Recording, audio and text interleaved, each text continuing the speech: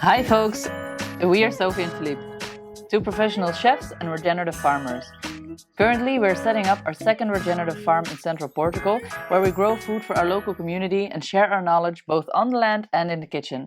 On this channel we take you along on the farm's development and we show you how we grow, cook and preserve nutrient-dense, regeneratively grown, delicious food.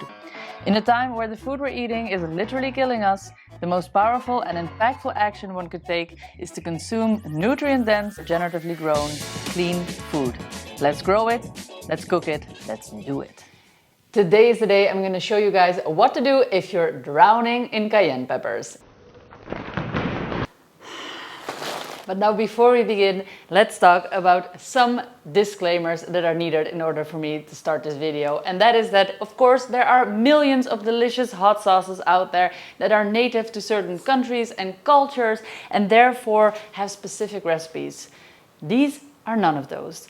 These are hot sauces that I came up with together with Philippe that we love and we dear, are tried and are tested and are absolutely amazing, but we cannot refer to them as any kind of classical hot sauce. So, in my opinion, that just makes this whole episode a lot more exciting.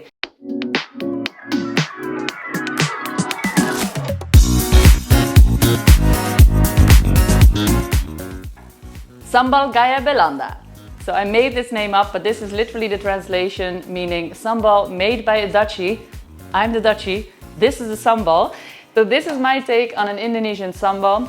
Indonesia used to be a colony of Holland, and that is why we are blessed with a lot of great Indonesian cuisine in Holland, even though, might I say, it probably is much better to eat in Indonesia itself, since, you know, it's a bit like all imported food all over the world. Usually they sort of make it to the taste of the natives, and that means it usually just really isn't an improvement. I'm proud to present this, and I would hope that any Indonesian out there will make this recipe at home and review this episode, because I would love to hear what you think. So here's how I made it. Recipe number 1.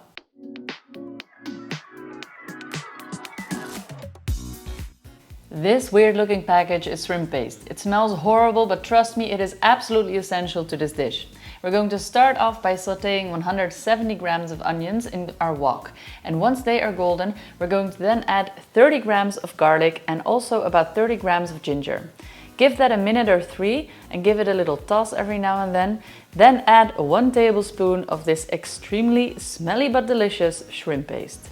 Then add 210 grams of chopped chilies with the seed and cook the whole for about 5 minutes. Then it's the time to add 150 grams of sugar and another 150 milliliters of water. In case you have very wet and juicy peppers, that might not be necessary. Mine were a bit dry. Simmer this until the peppers are completely soft and then add 1 medium-sized tomato roughly chopped up. Now, you guessed it, it's time to blend the whole in the Magimix. Work that magic.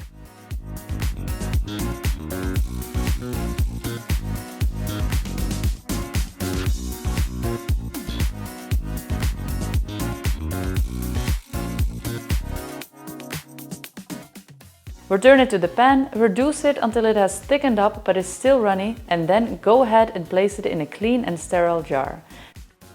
The sambal will keep on the shelf for a long time as the sugar content is very high, up to half a year I'd say, but do put it in the fridge as soon as you've opened it.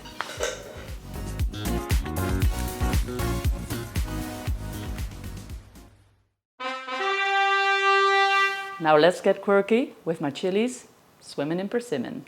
So this one over here is a little bit of an odd one out and probably quite hard to reproduce at home, but if you're really in for a lengthy process and you want to start making sambal 1 year in advance, then this beauty is going to come out and it is going to be worth it. My uncle-in-law actually ate half of a jar in one evening. I don't want to know what happened on the toilet the next day, but he said that it was one of the best chili pastes that he'd have eaten, so I'm going to take his word for it. I also very much like it.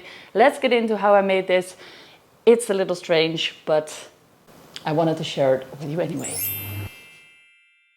So in order to start talking about our quirky little chilies swimming in persimmon, we need to talk about the base I used, and that is this. This is a mixture of kaki, sugar and vinegar.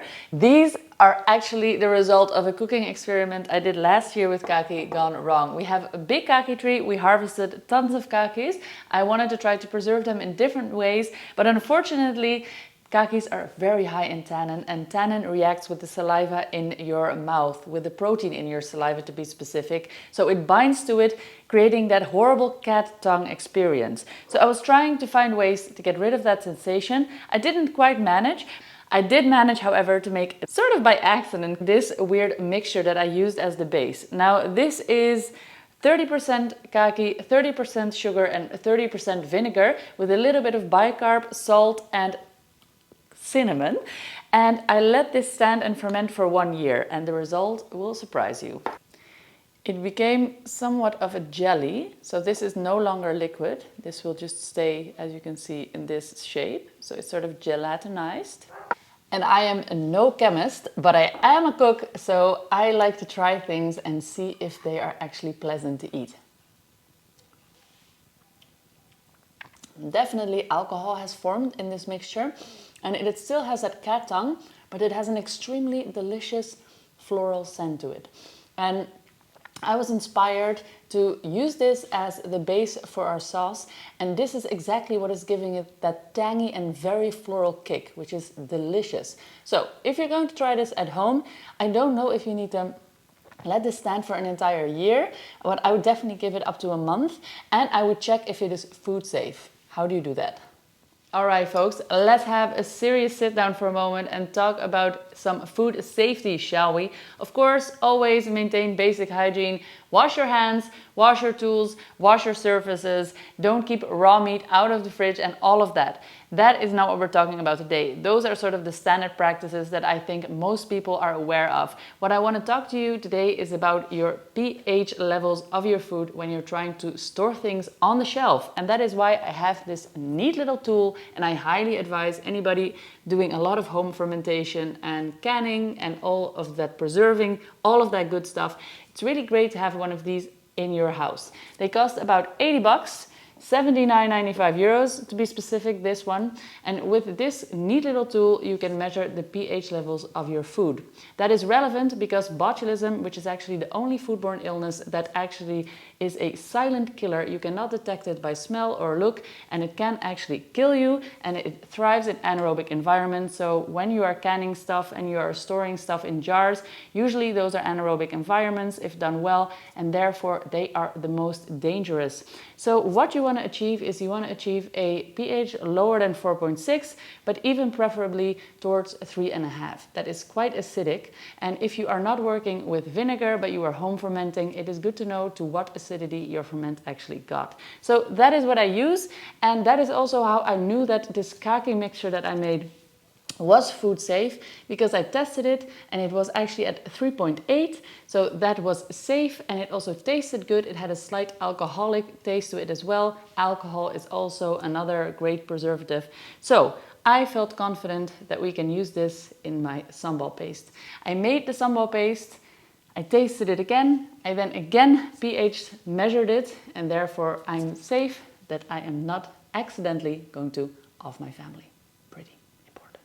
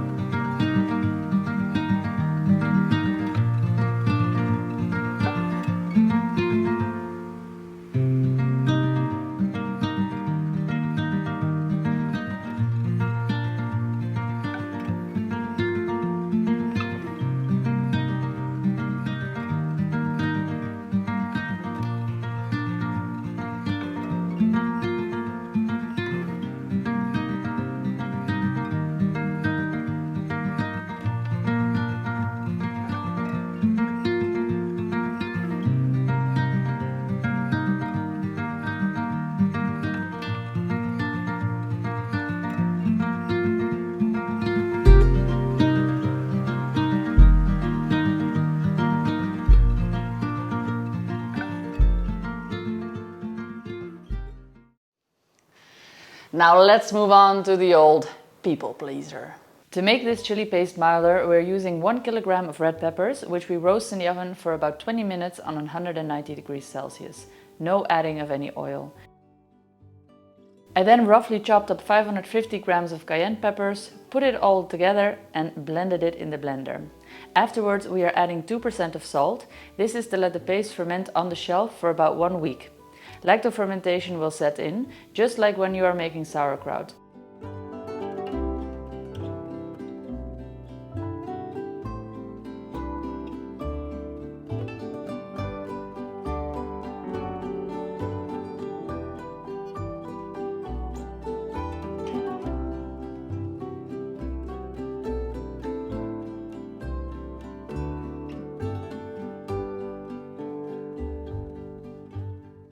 Once the paste is sufficiently acidic, I add it to the pan and add half a liter of water, and I bring it to a boil and leave it there for at least 10 minutes to boil vigorously. Now is the time to test the pH, which I always make sure is below 4, just to be safe. I want to store these for a long time on the shelf, so I will also water bath them to pasteurize it and to give it a vacuum seal. Oh yeah, and also for those of you that are actually interested in reading more about food safety and the general rules of hygiene when you are preserving food at home, we have a very cool article up on our website, and I'm going to leave you the link below.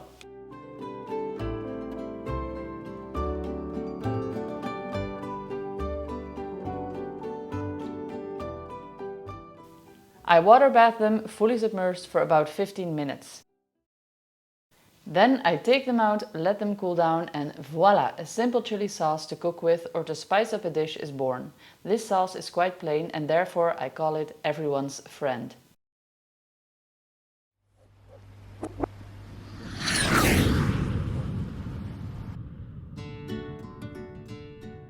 This is a simple lacto-ferment. You add 990 grams of chilies together with 2 big tomatoes, 4 garlic cloves and 4 medium-sized onions into a sterile glass jar. Then pour water on top until the whole is covered.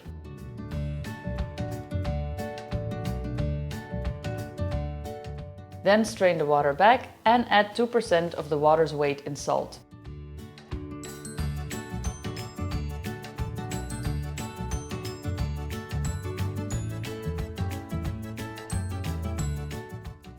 This is the brine you'll be using to ferment in.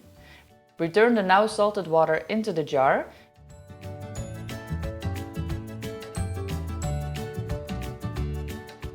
With a fermentation weight or one of these submersion devices, weigh down the chilies and the vegetables and let the whole ferment for 1 week. Once the ferment stops bubbling, strain off the liquid and place your ingredients in a high-speed blender. Add back a little of the fermentation liquid, or if you want to store this outside of the fridge, you can also add vinegar. Then blend it until it becomes a thick liquid. Store it in little bottles. This hot sauce, as I made it, is best kept in the fridge. So, these beauties are all done. Time to see what Aaron, who's back by the way, and Philippe think of them all. Let's do a little taste test!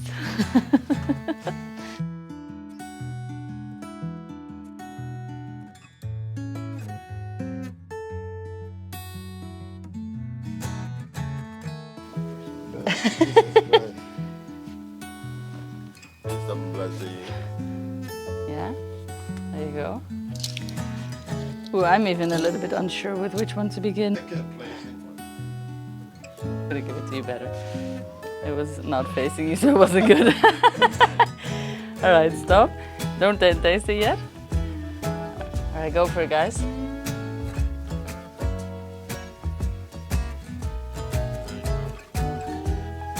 Neither. Wacht, you're gonna show it at the same time. 3, 2, 1, go!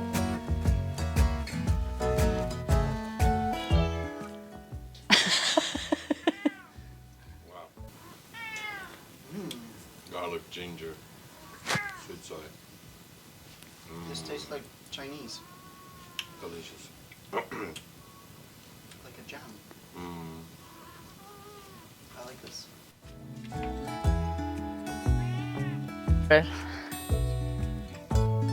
8.5. Anna, Philippe, je vingers ervoor. 9. All right, very good. These are high grades, guys. I'm feeling confident. Last but not least. 3, 2, 1, let's go.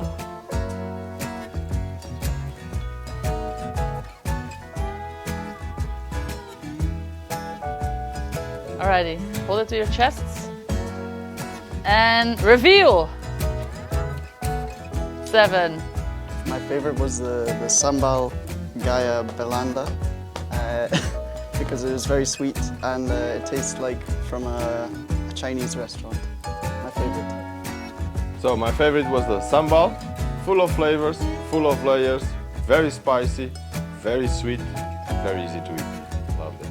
Alright folks, and that was it for another episode. I hope that you enjoyed it. The full downloadable and printable recipes are up on our website. I will leave the link below. If you want to try these delicious chili pastes at home on your own homemade cheese, then check out this video. Or if you're more into that fermentation part of things, check out this video to make classic sauerkraut. See you on the next one, the Farming Chefs. Peace out.